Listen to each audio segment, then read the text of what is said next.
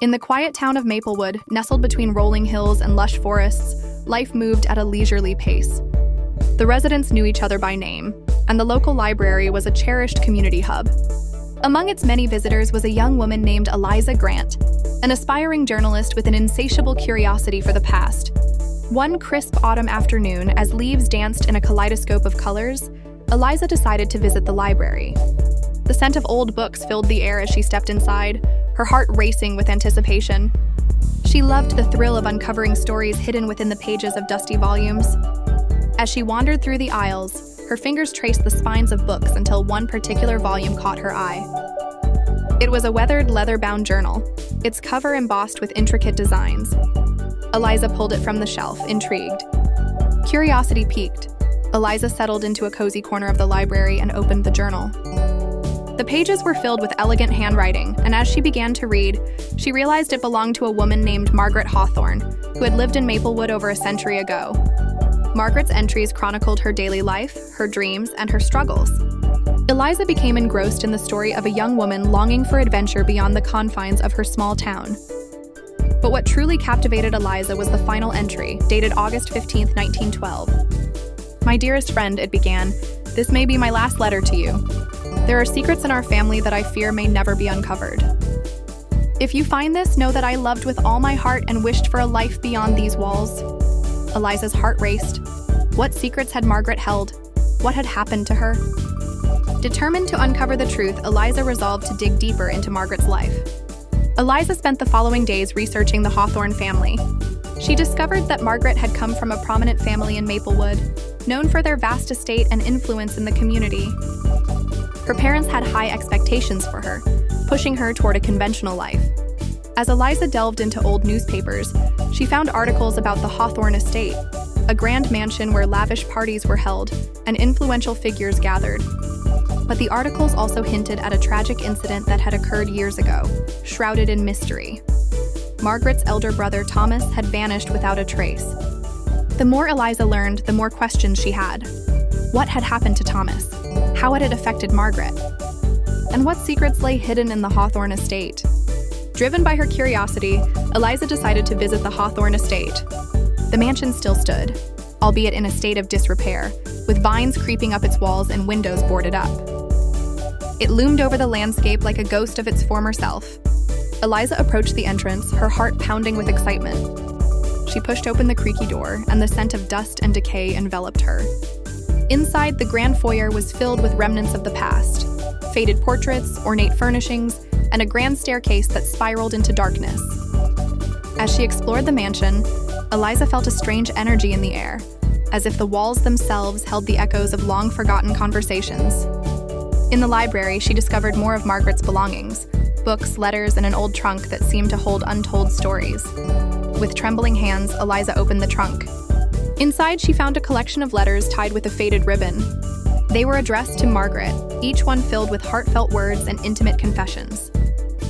The letters were from a man named James, who had been Margaret's secret love. As Eliza read through the letters, she felt the intensity of their romance, a love that blossomed in secrecy, away from the prying eyes of society.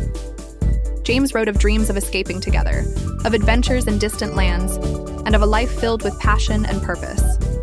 But the letters took a darker turn. The final letter, dated just days before Margaret's last journal entry, hinted at trouble. "I fear for you, my love," James wrote. "There are forces at play that seek to keep us apart. If I cannot reach you, know that I will always cherish our time together." Eliza's heart raced. What had happened to James? And how had Margaret's life unfolded after their correspondence? Determined to uncover the truth, Eliza returned to the library to continue her research. She began piecing together Margaret's story, visiting local archives and speaking to elderly residents who might remember the Hawthornes. One afternoon, she met an elderly woman named Mrs. Jenkins, who had grown up in Maplewood. With a twinkle in her eye, Mrs. Jenkins recounted stories of the Hawthorne estate and the mysterious disappearance of Thomas. "Margaret was a bright light in our town," she said, her voice filled with nostalgia. "But after Thomas vanished, she changed. The joy in her eyes faded, and she became a shadow of her former self." Eliza listened intently. "What do you remember about Thomas? Do you think his disappearance was connected to Margaret?" Mrs. Jenkins nodded thoughtfully. There were whispers of a forbidden love. Some said he was involved with someone he shouldn't have been. Others believed he was trying to escape the family's expectations. The pieces of the puzzle were falling into place. Eliza felt a surge of determination. She needed to find out what truly happened to Thomas and how it had impacted Margaret's life. With newfound resolve, Eliza decided to search for any records related to Thomas Hawthorne. She scoured newspaper archives and public records, hoping to find clues about his disappearance. After days of searching, she discovered a police report detailing Thomas's last known whereabouts. He had been seen near the riverbank, where he often went to think. The report mentioned an argument he had with a mysterious figure shortly before he vanished. Eliza's heart raced as she realized that she needed to visit the riverbank. Perhaps it held the key to understanding what happened to Thomas, and in turn, what had happened to Margaret. On a chilly afternoon, Eliza made her way to the riverbank. The sound of water flowing over rocks filled the air, and the sunlight danced on the surface. As she walked along the shore, she couldn't shake the feeling that she was being drawn to something significant. Eliza paused to take in the surroundings, searching for anything that might offer a clue. As she scanned the area, her gaze fell upon a small, weathered stone partially hidden in the grass. Curiosity piqued, she knelt down and brushed away the dirt, revealing an inscription. In memory of Thomas Hawthorne. Her breath caught in her throat. This was a memorial for Thomas. Eliza felt a rush of emotions, sadness, anger, and a burning desire to learn more. Why had Thomas been memorialized here? What had happened on that fateful day? Determined to uncover the truth, Eliza began to dig deeper into the riverbank's history. She spoke to local historians and searched for any accounts of the events surrounding Thomas's disappearance. Each conversation revealed more about the tensions that had existed in the Hawthorne family. One evening, Eliza met with a historian named Mr. Thompson, who had dedicated years to studying Maplewood's history. The Hawthorne family had a reputation for being strict and controlling, he explained. Thomas was known for his rebellious spirit. He wanted to forge his own path, but his family had other plans. What kind of plans? Eliza asked, intrigued. His parents had arranged a marriage for him, Mr. Thompson replied. It was a union meant to strengthen their family's influence in the community. Thomas was furious. He wanted to be with someone else, a girl from a less affluent family. Eliza's heart sank. Was this the reason for the argument mentioned in the police report? Had Thomas been fighting for his freedom, only to pay the ultimate price? As Eliza continued her investigation, she discovered that the girl Thomas had loved was none other than Margaret's closest friend, Clara. The revelation sent shockwaves through Eliza. Had Margaret known about their love? Had it torn her apart? Eliza felt a deep sense of connection to the past, as if she were living in the shadow of Margaret and Thomas. She needed to know more about their relationship, so she turned to Clara's descendants for answers. After a series of calls, Eliza found Clara's granddaughter, a kind woman named Ruth, who was eager to share her family's history. When Eliza arrived at Ruth's home, she was greeted with warmth and hospitality. Over tea, Ruth shared stories of her grandmother Clara, their adventures, dreams, and the heartbreak that had followed Thomas's disappearance. Clara was devastated when Thomas vanished, Ruth said, her voice tinged with sadness. She never believed he would leave without a word. She thought he was taken against his will. Did she ever speak of Margaret? Eliza asked, sensing a deeper connection. Ruth nodded. They were inseparable. When Thomas disappeared, Margaret was heartbroken too. She felt guilty for not knowing about their love. It tore the friendship apart. Eliza's mind raced. What had happened to Margaret after the loss of her brother and the fallout with Clara? She needed to dig deeper into their story. As Eliza pieced together the narratives, she felt a strange sense of urgency. She returned to the Hawthorne estate, determined to find more clues. In the attic, filled with dusty boxes, she discovered a hidden compartment in the floor. Inside, she found a collection of letters between Margaret and Clara, revealing their once strong friendship. The letters spoke of dreams, laughter, and the heartache they faced after Thomas's disappearance. But one letter stood out. Margaret had written about her longing for freedom, a desire to escape the confines of her family's expectations. "Dearest Clara," it read, "I wish to be more than just a Hawthorne. I want to live, to love, to be free. If only the world could see beyond our names." Eliza's heart ached for Margaret. She had been trapped in a world that stifled her spirit. But what had ultimately happened to her? Determined to find answers, Eliza continued her investigation. She sought out old photographs and documents, hoping to find anything that could shed light on Margaret's fate. One afternoon, while sifting through a box of family heirlooms, she stumbled upon a faded photograph of Margaret standing by the riverbank, a glimmer of hope in her eyes. On the back of the photograph was a handwritten note. "Meet me where the river flows, and we'll find our way to freedom." Eliza's heart raced. Was this a message meant for James? Did Margaret plan to run away? She needed to return to the riverbank and uncover the truth. Eliza arrived at the riverbank, her heart pounding with anticipation. The sun was setting, casting a golden glow over the water. As she stood there, she felt a palpable sense of history surrounding her. She closed her eyes and imagined Margaret standing beside her, filled with hope and longing. What had happened in that moment of decision? Had she truly sought freedom, or had she been swept away by the currents of fate? Suddenly, Eliza heard footsteps behind her. She turned to see a figure approaching, a young man with a familiar face. It was James, or rather his great-grandson Mark, who had heard of her investigation and wanted to learn more about his ancestor. "Are you Eliza Grant?" he asked, his voice steady. "Yes," she replied, surprised but intrigued. "I've been researching your great-grandfather, James." Mark nodded, his expression serious. "I've heard the stories. My family has carried the weight of their past for generations. I want to know what happened to James and Margaret." Eliza felt a connection to him, a shared desire to uncover the truth. Together, they stood at the riverbank, ready to confront the mysteries of the past. As Eliza and Mark exchanged stories, they realized they were both seeking the same answers. They decided to work together to uncover the truth about Margaret and Thomas.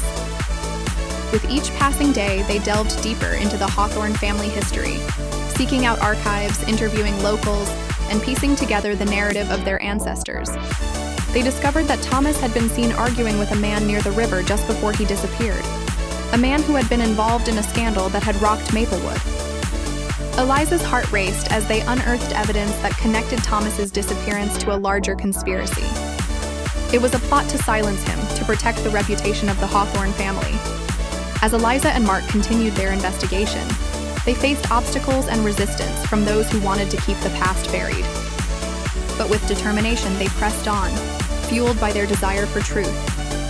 One stormy evening, they received an anonymous letter warning them to stop their investigation. "Leave the past alone," it read ominously, "or suffer the consequences." But Eliza and Mark were undeterred. They knew they had to confront the truth, no matter the cost. The day finally arrived when they would confront the last remaining members of the Hawthorne family, those who had lived in the shadow of the past. Eliza and Mark scheduled a meeting at the Hawthorne estate, hoping to shed light on the secrets that had haunted the family for generations. As they arrived, tension hung in the air. The current generation of Hawthornes was represented by a stern elderly woman named Eleanor, who had long been the keeper of the family's secrets. "What do you want?" Eleanor asked, her voice cold. "We're here to uncover the truth," Eliza replied, her heart pounding. "About Thomas and Margaret." Eleanor's expression hardened. "Some things are best left forgotten," she said. "But the truth will set you free," Mark added, stepping forward. "We need to understand what happened." Eleanor's facade began to crack as Eliza and Mark pressed her for answers. They revealed their findings, the letters, the photographs, and the connections to Thomas's disappearance. Slowly, the weight of the past pressed upon Eleanor, and she began to speak. "Thomas was defiant," she admitted, her voice trembling. "He wanted to be with Clara, and we couldn't allow that. We thought we could control the situation, but it spiraled out of control." Eliza listened, her heart racing. "What happened to him?" "He confronted the man who threatened our family's reputation," Eleanor confessed. "We never saw him again. We thought he had run away, but I fear the worst." Tears filled Eleanor's eyes as she faced the truth she had buried for so long. "I never meant for it to end like this. I wanted to protect our family, but I lost my brother in the process." In that moment of vulnerability, Eliza felt a deep sense of compassion for Eleanor. The weight of the past had taken its toll on her family, just as it had on Margaret and Clara. "We can't change the past," Eliza said gently, but we can honor their memories and seek justice for them. With newfound resolve, Eliza and Mark vowed to continue their investigation.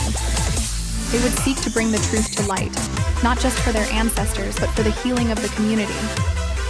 As Eliza and Mark worked together to publish their findings, the story of Thomas and Margaret began to resonate within the community. The truth brought closure to the Hawthorne family and opened a dialogue about the importance of honesty and understanding. In the following months, Maplewood began to heal. The residents came together to honor the memory of Thomas and Margaret, celebrating their lives and the love they had for one another. Eliza's article, "The Last Letter from the Past," became a sensation, igniting discussions about the importance of preserving history and confronting the truth, no matter how painful it may be. As the seasons changed, Eliza reflected on her journey. The investigation had not only uncovered the truth about the Hawthorne family, but had also deepened her understanding of love, sacrifice, and the power of connection. With Mark by her side, Eliza continued her work as a journalist, determined to tell stories that mattered. Together, they explored the untold histories of Maplewood, reminding the community of the importance of their past. In the quiet moments, Eliza often thought of Margaret and Thomas. Their love story had transcended time, reminding her that the bonds of the heart could never be broken. Years later, as Eliza sat in her cozy home, she found herself reflecting on the last letter that had started it all. She opened the journal once more, tracing her fingers over Margaret's handwriting. "Dearest friend," it began, "this may be my last letter to you, but I hope that my story will not be forgotten." With a smile, Eliza picked up her pen and began to write.